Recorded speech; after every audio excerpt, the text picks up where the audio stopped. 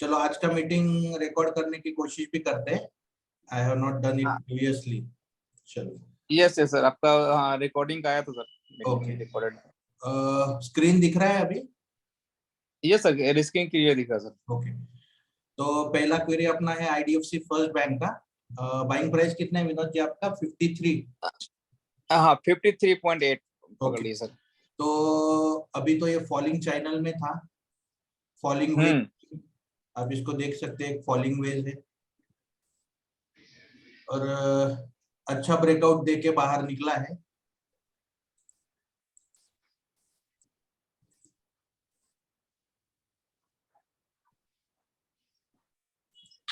ये एक 52.20 के ऊपर जब निकलेगा ना विनोद जी, एक अच्छा हाँ जी।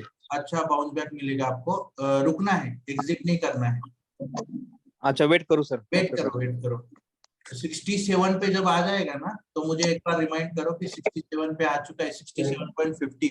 अपना जो पहला टारगेट है इसका 67.50 रहेगा, मतलब अच्छा सर। 68 का। अभी यहाँ पे कैसे होने वाला है वो भी मैं आपको बता देता हूँ, इसमें आगे क्या होगा।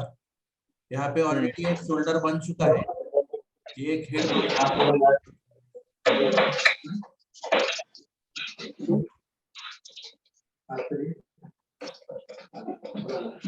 अगर आप यहाँ पे देखोगे, एक अच्छा शोल्डर हाँ बन सर। चुका है, एक हेड बन रहा है अभी।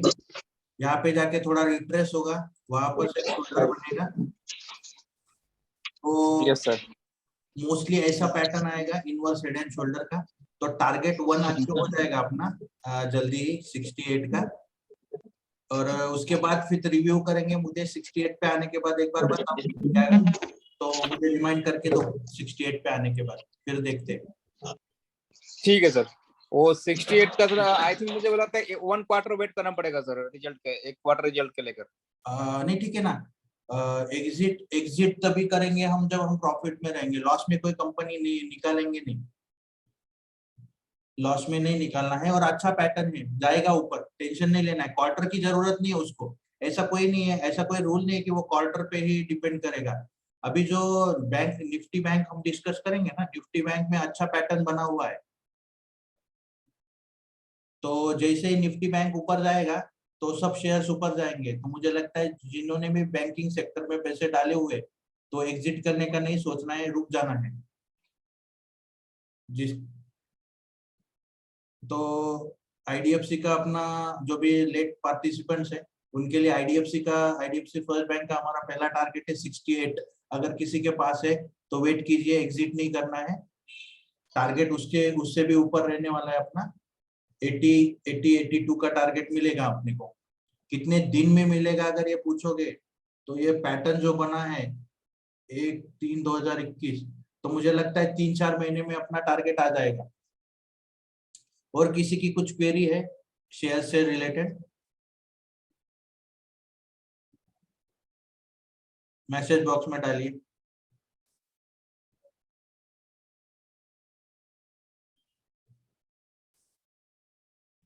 ठीक है, तो जब तक किसी का क्वेरी नहीं आता तब तक हम निफ्टी से चालू करते हैं।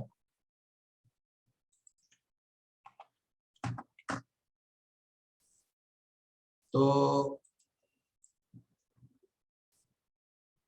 बहुत लोग अभी थोड़ा सा एक ध्यान दे के बात सुन लीजिए। निफ्टी में 17,500 का जो लेवल है, वो निफ्टी के लिए बहुत अच्छा सपोर्ट बन के निकलेगा। उसका रीजन मैं आपको बता देता हूँ। अगर आप निफ्टी का चार्ट देखोगे, जैसे ये लेवल हिट हो रहा था निफ्टी नीचे आ रहा था, वापस वही हुआ। निफ्टी ने यहाँ पे हिट किया, निफ्टी नीचे आया, वापस ऊपर गया, हिट उसी लाइन पे हिट किया, निफ्टी नीचे आया।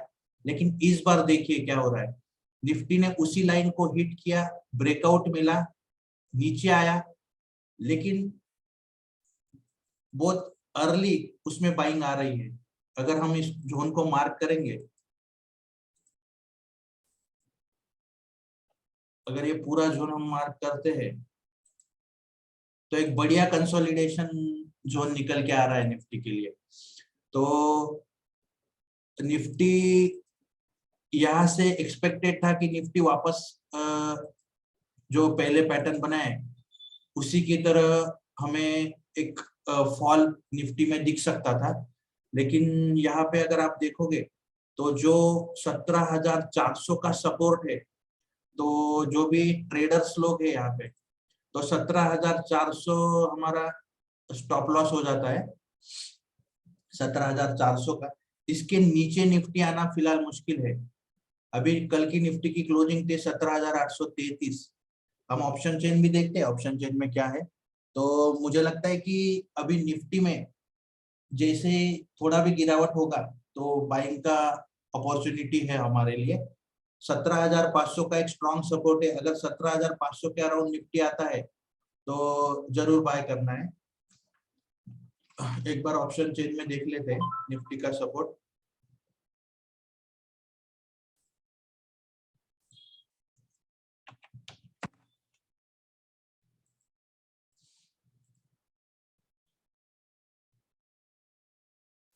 तो जैसे हमने पिछले वीडियोस में डिस्कस किया था कि कॉल साइड का मीनिंग है कि वो उस शेयर के लिए रेजिस्टेंस है या निफ्टी के लिए रेजिस्टेंस है। पुट साइड जो भी होगा ऑप्शन चेन में वो शेयर के लिए या इंडेक्स के लिए सपोर्ट है। तो जो निफ्टी का क्लोजिंग था, कभी कभी चार्ट में जो निफ्टी का क्लोजिंग रहेगा और एनएससी साइड में क्लोजिंग रहता है वो थोड़ा अलग अलग हो सकता है। तो यहाँ पे जो भी अभी निफ्टी का क्लोजिंग हमें चार्ट पे दिख रहा है वो 17,833 है, और ऑप्शन चेन के हिसाब से निफ्टी का क्लोजिंग 17,833.35 है। वो एक दो पॉइंट इधर उधर हो सकता है। तो ये एटीएम प्राइस हो जाएगा। एटीएम प्राइस का मीनिंग है at the money. ATM price वो होता है जो क्लोजिंग प्राइस के बहुत पास होता है। तो अगर हम देखेंगे 17,900 पे 1,24,000 शेयर पेंडिंग है, मतलब 1,24,000 कॉल राइटिंग हुआ है, और 18,000 पे 1,00,000 ऑलमोस्ट 40,000 है। तो इन दोनों को मिला देते हैं हम, तो 2,00,000 ऑलमोस्ट 2,60,000 लोगों ने 17,900 और 18,000 पे कॉल राइटिंग किया हुआ है। इसका मतलब है कि ये निफ्टी के लिए बहुत बड़ा रेजिस्टेंस जोन रहने वाला है। अगर हम चार्ट में वापस जाते हैं और इस लेवल को देखते हैं, तो ये जो लेवल है 17,900 994 17,994, तो मतलब 17,800 का। तो जो ये चैनल हमने निकाला है, अगर ये चैनल के ऊपर निफ्टी निकलता है तो बहुत बड़ी रैली निफ्टी में पॉसिबल है। और जैसे कि मैंने बताया है आप लोगों को, इस चैनल से निफ्टी को निकलने दीजिए, विप्सॉ रूल आउट होने दीजिए। विप्सॉ का मतलब है फॉल्स ब्रेकआउट, रूल आउट होने दीजिए, उसको वापस यहाँ पे रिटेस्ट करने के लिए आने दीजिए, और उसके बाद जो रैली बनेगा वो एकदम बढ़िया रैली रहने वाला है। तो निफ्टी में अगर आप मुझे पूछोगे कि मेरा व्यू अभी क्या है, तो मेरा व्यू बुलिश है निफ्टी में। तो बाय ऑन डिप्स का ही एडवाइस रहेगा निफ्टी में। और जैसे मैंने बोला है कि हम वेव 2 करेक्शन में है, इलियट थ्योरी के वेव 2 करेक्शन में है। तो इलियट वेव 3 जो भी रहेगा, तो यहाँ से अगर हम कैलकुलेट करेंगे इलियट वेव 3, जो लो था कोविड में और जो हाई बना हुआ है, इसके ऑलमोस्ट 1.5 1.6 का टारगेट बन के आएगा। मतलब ये जो लेवल है, ये जो जितने भी पॉइंट्स होंगे यहाँ से, समझो ये 0 से 100 पॉइंट है, तो उसके 1.5% निफ्टी ऊपर जाने वाला है। तो ये बहुत बड़ी रैली रहेगी हमारे लिए। और एग्जैक्टली प्रिसाइज लेवल आप मुझे पूछोगे निफ्टी में, तो निफ्टी के लिए जैसे ये लेवल निकलेगा 18,122, तो काफी फिट है और वजन 18,114 का। तो मुझे लगता है कि बहुत बढ़िया रैली हमें देखने को मिलेगी। तो ध्यान देना है सब लोगों को कि यहाँ से निफ्टी निकल सकता है, लेकिन रेजिस्टेंस 18114 और 18110 का रेजिस्टेंस है, शायद निफ्टी यहाँ जाके वापस नीचे इस एरिया में आ सकता है। तो जल्दबाजी नहीं करना है, धीरे धीरे बाय करेंगे। लास्ट 1 या 2 वीक्स में मैंने ज्यादा कोई बाइंग एडवाइस नहीं किया है। शेयर्स में बाइंग हमने कुछ कुछ शेयर्स में किए हुए हैं। जो भी शेयर्स अच्छे पैटर्न बना रहे हैं, जो भी अच्छे पैटर्न बना के ब्रेकआउट देके निकले हैं, यहाँ पे अगर आप ऑब्जर्व करोगे तो एक अच्छा सा फ्लैग भी निफ्टी ने बनाया हुआ है, उसको आप यहाँ से देख सकते हैं ऐसा निकाल के। तो इसके बाद निफ्टी ने ब्रेकआउट देने की कोशिश की है। तो ये जो फ्लैग होता है, जैसे मैंने बोला कि इसको लाइन चार्ट में कन्वर्ट करो, कुछ पिछले वीडियो में हमने डिस्कस किया था, यहाँ तक टारगेट पॉसिबल हो सकता है निफ्टी का। सॉरी, तो ये जो फिलहाल हमारा जो टारगेट रहेगा वो 19,233 का टारगेट रहेगा। तो मुझे लगता है हम धीरे धीरे बाय करेंगे। दो ही चीजें हैं, इस चैनल पे ध्यान देना है। अगर निफ्टी इस चैनल से नीचे निकलता है तो वो भी बात याद रखना है कि गिरावट आ सकती है निफ्टी में। तो जो हमने बोला था कि 17,400 का बहुत अच्छा सपोर्ट वेव थ्योरी के हिसाब से आ रहा है। एक बार ऑप्शन चेन में देखते हैं। तो ऑप्शन चेन में अगर पुट साइड में देखेंगे तो यहाँ पे 85,000 है, 81,000, 17,700 है, 17,500, जो कि मैंने बोला आपको 17,500 की तरफ निफ्टी अगर आता है तो एक बाइंग अपॉर्चुनिटी है। तो जो भी शेयर्स, मैं ऑप्शन चेन के बारे में नहीं बता रहा हूँ, मैं कैश में बाइंग करने की सलाह दे रहा हूँ। तो ऑप्शन चेन के लिए हम एक दूसरा ग्रुप बनाएंगे लोगों के लिए, जो भी नए लोग हैं उनको मैं सिर्फ ये बता रहा हूँ कि 17,500 की तरफ जैसे ही निफ्टी मूव होने लगता है तो जो भी शेयर्स आपके बाय करने में रह गए हैं उसमें थोड़ा थोड़ा क्वांटिटी ऐड करना जरूरी है। और 17,700 भी एक अच्छा सपोर्ट रहेगा निफ्टी के लिए, क्योंकि अगर आप देखोगे फ्राइडे के दिन ज्यादा मूवमेंट 17,700 पे ही थी। तो 17,700 में अगर आप देखोगे 17,700 में ऑलमोस्ट वॉल्यूम था 12 लाख शेयर्स का वॉल्यूम था। और चेंज इन ओआई पर देखोगे तो 40,000 नए कॉन्ट्रैक्ट्स ऐड हुए हैं 17,700 में। तो मुझे लगता है कि 17,700 फिलहाल एक स्ट्रॉन्ग सपोर्ट है। 17,700 और 17,500 के बीच एक अच्छा सपोर्ट निफ्टी के लिए है। और रेजिस्टेंस कहाँ पे है तो 17,900 और 18,000 का। तो मुझे लगता है कि पिछले हफ्ते में निफ्टी कंसोलिडेट करेगा, ये तो समझ में आ रहा था। निफ्टी से अच्छी पोजीशन में है निफ्टी बैंक।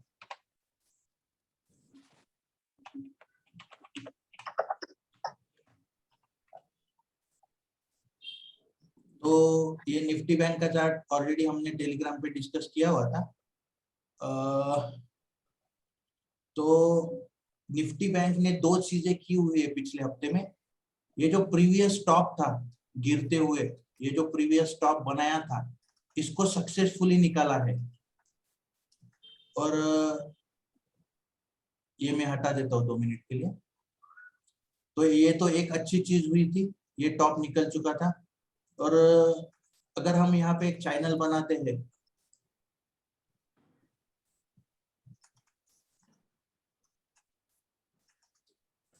इस तरह से, तो यहाँ पे गिरावट आ रही थी लेकिन वापस निफ्टी चैनल में आ गया, सॉरी निफ्टी बैंक, और इस रेजिस्टेंस को निकालने में सक्सेसफुल हुआ। अगर आप इस दिन की कैंडल को देख सकते हैं 24 तारीख की, यहाँ से ब्रेकआउट मिला, उसको रीटेस्ट मिला, वापस गैप डाउन हुआ था चैनल के बाहर, नेक्स्ट डे गैप अप हुआ और वापस चैनल में आ गया। और ऐसे 2-3 दिन ट्रेडिंग करने के बाद इस चैनल से निफ्टी बैंक बाहर निकल चुका है। तो एक अच्छी चीज है। वाले मावशीला हिंदी वाले का येतो आहे ना, कुठे जाणार आहे, इथेच गंगापूरला आमंत्रण.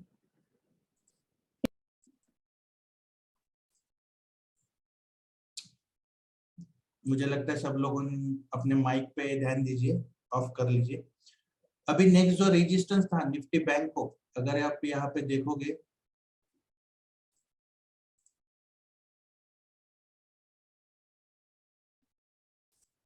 ये रेजिस्टेंस भी निफ्टी बैंक का निकल चुका है। तो जैसे मैंने कहा कि निफ्टी बैंक निफ्टी से अच्छे पोजीशन में है अभी।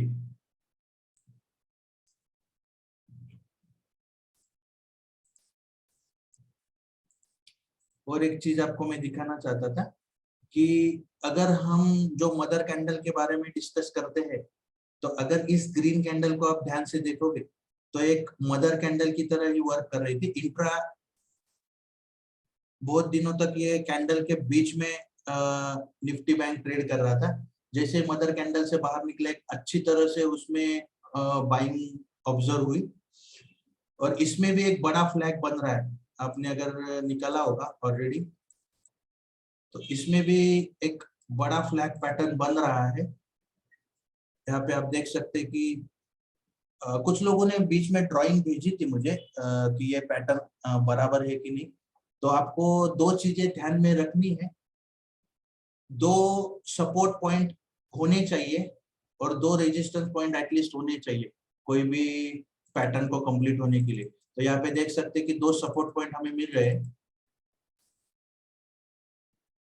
और दो रेजिस्टेंस पॉइंट मिल रहे हैं। बहुत लोग मिस कर देते हैं कि दूसरा सपोर्ट पॉइंट भूल जाते हैं, तो पैटर्न बराबर से नहीं आता या पैटर्न का टारगेट गलत हो जाता है। तो उस चीज पे थोड़ा ध्यान दीजिए। जैसे मैं चार्ट निकालता हूँ उस टाइम पे देखिए कि मैं दो बॉटम ढूंढने की कोशिश कर रहा हूँ यहाँ पे ज्वाइन करते हुए। तो मुझे यहाँ पे एक बॉटम मिला, आगे जाके एक बॉटम मिला, फिर उसके बाद ब्रेकआउट मिला। और आप अगर देखोगे, अगर इसको फ्लैग का टारगेट देखोगे तो ये तो बहुत बड़ा टारगेट आएगा। तो जल्दी ही हम ये टारगेट अचीव करेंगे निफ्टी बैंक में। और ये जो हाई बना हुआ है 41,850 का, ये जल्दी ही निकलने वाला है। तो जिन लोगों की बैंक में कैश में बाइंग है, वो मुझे लगता है अभी फिलहाल होल्ड करके चलिए। सेक्टर के बारे में कुछ डिस्कस करने वाले थे हम। पिछले वीडियो में हमने सेक्टर्स नहीं देखे थे, तो एक निफ्टी आईटी का बीच में गिरावट थी। निफ्टी आईटी में जो लॉन्ग टर्म इन्वेस्टर है उनको मुझे लगता है कि डरने वाली कोई बात नहीं है। निफ्टी आईटी में बहुत बड़ा करेक्शन ऑलरेडी हो चुका है, तो मैं ज्यादा ये नहीं हूँ, ज्यादा लोगों को बोलता हूँ कि इसमें गिरावट होने के कारण भी था। आप देख सकते हो कि ये जो पैटर्न बना था, जो हमने ऑलरेडी पिछले वीडियो में डिस्कस किए हुए हैं, तो इस पैटर्न का टारगेट ऑलरेडी है, अचीव हुआ था, उसके बाद गिरावट आई है। तो एक अच्छी बात है, आपको वापस अपॉर्चुनिटी मिली है इसमें बाइंग करने की। और आप देख सकते हो कि जहां से पिछली बार रैली बनी थी, अगर आप इस ग्रीन कैंडल को और रेड कैंडल को ऑब्जर्व कर रहे, इसी लॉन्ग टर्म पैटर्न पे जब सपोर्ट लेके ऊपर गया था, उसी से हमको वापस रैली मिल रही है। तो दो चीजें हमको यहाँ पे याद रखनी है। ये पैटर्न में थोड़ा हटा देता हूँ। अभी हमारे लिए एक अच्छी अपॉर्चुनिटी है धीरे धीरे एक्यूमुलेट करने के लिए। अगर इसका बेस आप ज्वाइन करोगे,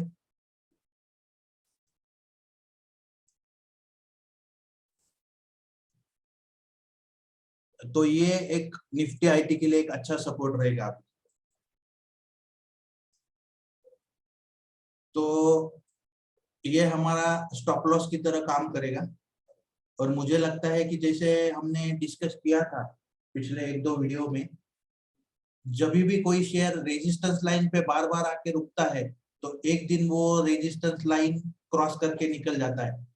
तो मुझे लगता है कि इस बार जब निफ्टी आईटी यहाँ पे आएगा वापस, तो इस बार उसको ब्रेकआउट मिलने के चांसेस बहुत ज्यादा है। तो हम ऑब्जर्व करते रहेंगे निफ्टी आईटी को, धीरे धीरे बाय करते चलिए। निफ्टी आईटी जैसे पैटर्न बनाता है यूजुअली इन्फोसिस वैसे ही पैटर्न बनाता है, आप ऑब्जर्व कर सकते हैं।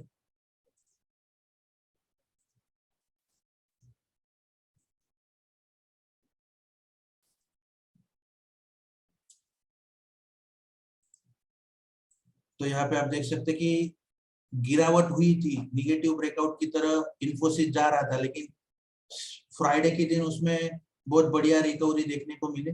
तो मुझे लगता है कि इन्फोसिस को अगर बाय करना है तो 1530 के ऊपर सक्सेसिव क्लोजिंग देने दीजिए। ये विप्सो भी हो सकता है, विप्सो मतलब फॉल्स ब्रेकआउट, यहाँ पे जाके वो कैसे बिहेव करता है उस पे डिसीजन लेंगे। 1530 के ऊपर क्लोजिंग देता है तो मोस्टली इस बार जो हमारा टारगेट पेंडिंग है बहुत दिनों से 1665, तो किसी one of our group member message में कि निफ्टी इन्फोसिस में अपना टारगेट अचीव नहीं हुआ। उसका कारण भी आप देख लीजिए, उसका कारण क्यों था, ये पैटर्न में हटाने की कोशिश करता हूँ। ये जो बड़ा गैप डाउन बना हुआ है जब निफ्टी इन्फोसिस गिरा हुआ है, ये बहुत बड़ा रेजिस्टेंस रहेगा इन्फोसिस के लिए। ये तो इस जोन में जैसे इन्फोसिस रीच हुआ,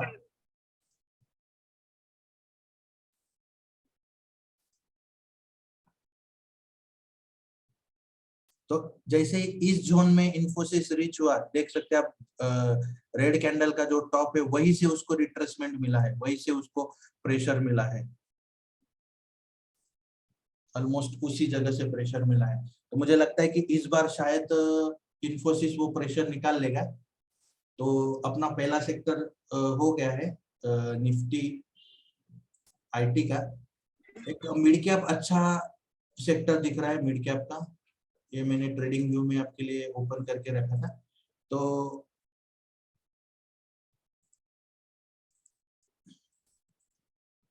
यहाँ पे आप देख सकते हो कि एक अच्छा पैटर्न इसने बनाया हुआ है, ब्रेकआउट भी अच्छी तरह से मिला है और ये ऑलमोस्ट अपने हाइस की तरफ जा रहा है। तो जो भी मिड कैप सेक्टर के स्टॉक रहेंगे, यहाँ पे एक चीज और ऑब्जर्व करने लायक है, यहाँ पे देख सकते हैं आप ब्रेकआउट मिला, उसका रीटेस्ट हुआ है ट्रेंड लाइन पे और वहीं से उसको वापस ये मिला है, अच्छा बाउंस बैक मिला है। हॉरिजॉन्टल लाइन अगर इसके टॉप से निकलते तो जैसे यहाँ से वापस निकला है, तो मुझे लगता है कि ऑलमोस्ट अभी इसमें निफ्टी मिड कैप्स में रैली जारी रहेगी। तो जो भी निफ्टी मिड कैप के शेयर्स है तो उस पर ध्यान देना जरूरी है। किसी ने तो मुझे डाला था कि सर निफ्टी मिड कैप वगैरह के शेयर्स हम कैसे देख सकते हैं, तो आपको moneycontrol.com पे जाना है, मार्केट्स में जाना है, इंडियन इंडाइसेस पे जाना है। आप प्लीज लिख लीजिए moneycontrol.com, मार्केट्स, इंडियन इंडाइसेस, और इसमें सब इंडाइसेस आपको मिल जाएंगे।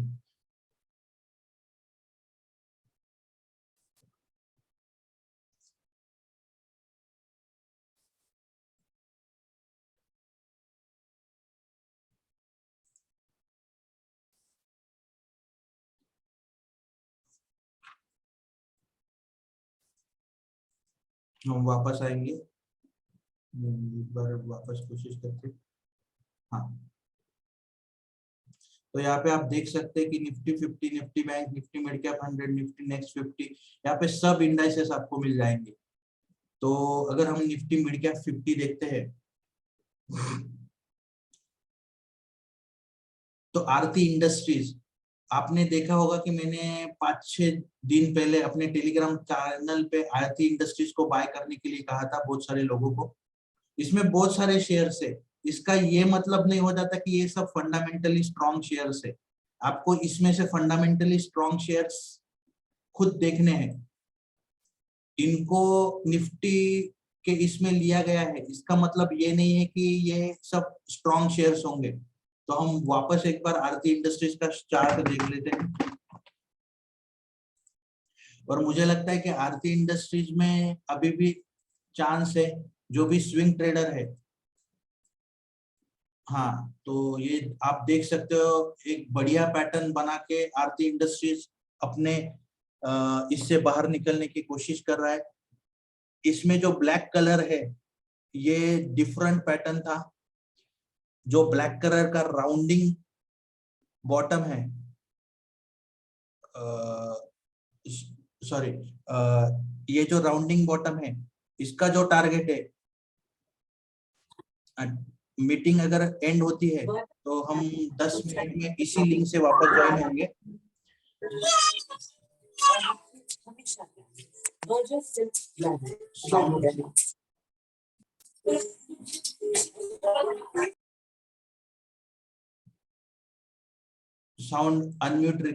म्यूट रखिए प्लीज। तो ये जो राउंडिंग बॉटम है, राउंडिंग बॉटम का जो टारगेट है 1005 है, और ये जो ब्लैक लाइन का जो टारगेट मैंने दिया था इनिशियली, क्योंकि ये पैटर्न बना नहीं था, अगर आप इसमें ऑब्जर्व करोगे और एक इनवर्स हेड एंड शोल्डर बन रहा है छोटा सा, उसका ब्रेकआउट होते ही मैंने वो शेयर्स बाय करने के लिए कहा था। अगर किसी को नहीं समझ में आ रहा है तो उनके लिए मैं बना के दिखा रहा हूँ।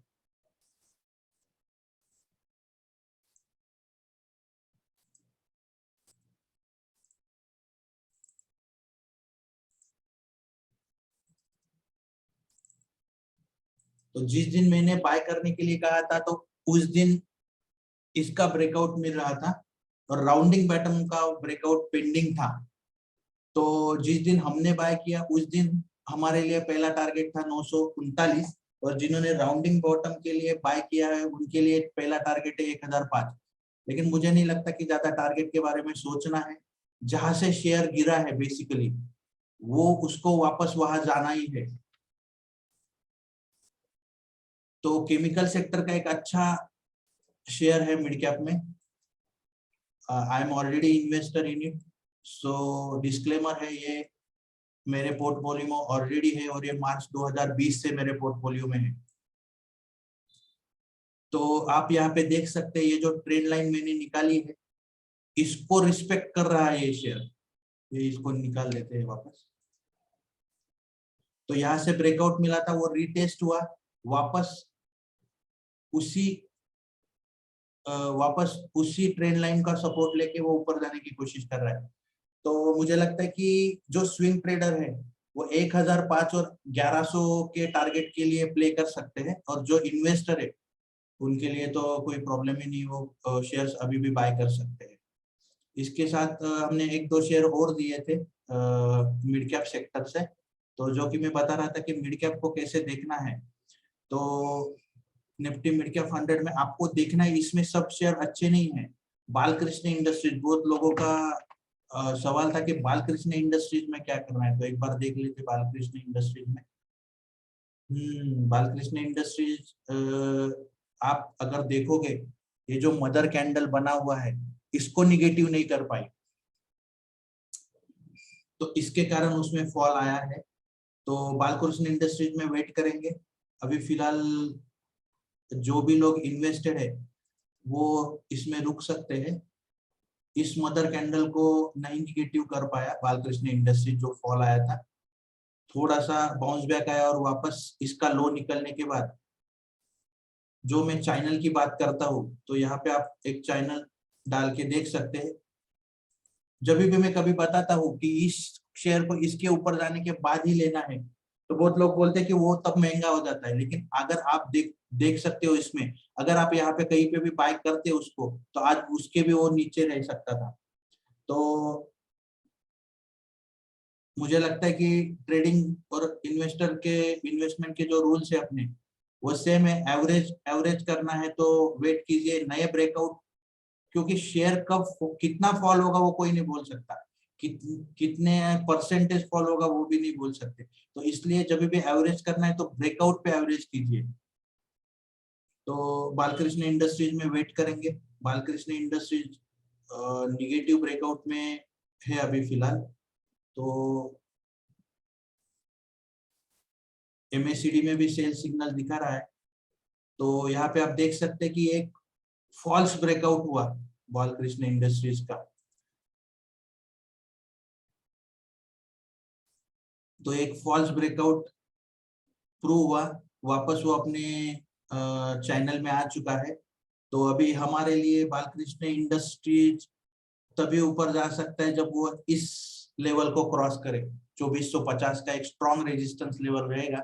और जो भी स्विंग ट्रेडर है, जो स्विंग में विश्वास रखते हैं, तो यहाँ पे वो थोड़ा बाय कर सकते हैं। और दूसरे सपोर्ट, जो नीचे वाला सपोर्ट है, यहाँ पे बाय करके सेल करना है आपको 2448 पे 2448। यहाँ से ब्रेकआउट मिलने के लिए थोड़ा टाइम लगेगा बालकृष्ण इंडस्ट्रीज में। तो इसमें बहुत सारे शेयर से आप खुद चेक कर सकते हैं। कमिंस एक अच्छा शेयर से, इंड्योरेंस टेक्नोलॉजी एक अच्छा शेयर से, एस्कॉर्ट एक अच्छा शेयर से, दीपक नाइट्राइल एक अच्छा शेयर है। दालमिया भारत के लिए किसी ने क्वेरी भेजी थी दालमिया भारत के लिए।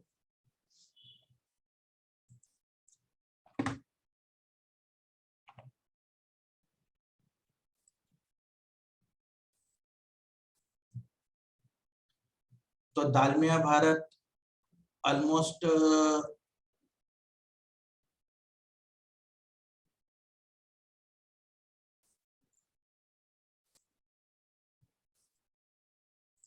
दालमिया भारत ऑलमोस्ट ब्रेकआउट की लेवल पे है, इस पे ध्यान दीजिए।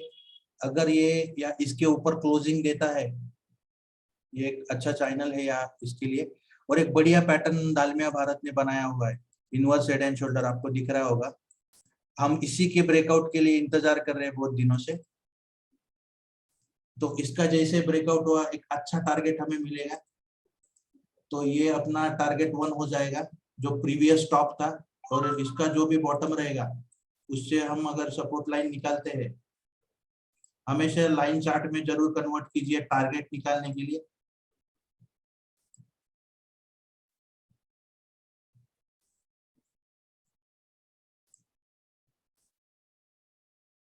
तो एग्जैक्टली मैच हो रहा है। तो आप टेक्निकल एनालिसिस को देख सकते हैं कि एग्जैक्टली वो टॉप पे मैच कर रहा है। तो 2000 का हमारा पहला टारगेट रहेगा दालमिया भारत के लिए। और जैसे दालमिया भारत 2000 पे जाएगा, अगर मैं ये सब चीजें हटा देता हूँ आपको, अगर मैं ये सब यहाँ से हटा देता हूँ, तो आपको एक चीज और नजर आएगी। जैसे ही वो 2000 की लेवल पे जाएगा, यहाँ वापस यहाँ पे एक inverse head and shoulder pattern बन जाएगा। तो यहाँ पे जैसे जाएगा, यहाँ पे और एक रिट्रेसमेंट आएगी, वापस शेयर ऊपर जाने की कोशिश करेगा, वापस रेजिस्टेंस लेगा। तो तब तब के लिए अपना ये एक शोल्डर हो जाएगा। ये ऐसा पैटर्न दालमिया भारत मोस्टली बनाएगा। तो इसका टारगेट बहुत बड़ा आएगा। तो मुझे लगता है कि दालमिया भारत जिनके पास है, वो जैसे ही इस चैनल का ब्रेकआउट मिल जाए तो उसमें एवरेज कर लीजिए, क्योंकि बहुत सारे लोग ऊपर फंसे हुए हैं 2200 2300 के। और जो भी हमारा फाइनल टारगेट रहेगा वो 2450 का रहेगा। बहुत लोग मीटिंग में लेट ज्वाइन हुए हैं। हम ये मीटिंग यहाँ पे क्लोज करते हैं और वापस उसी लिंक से ज्वाइन होंगे।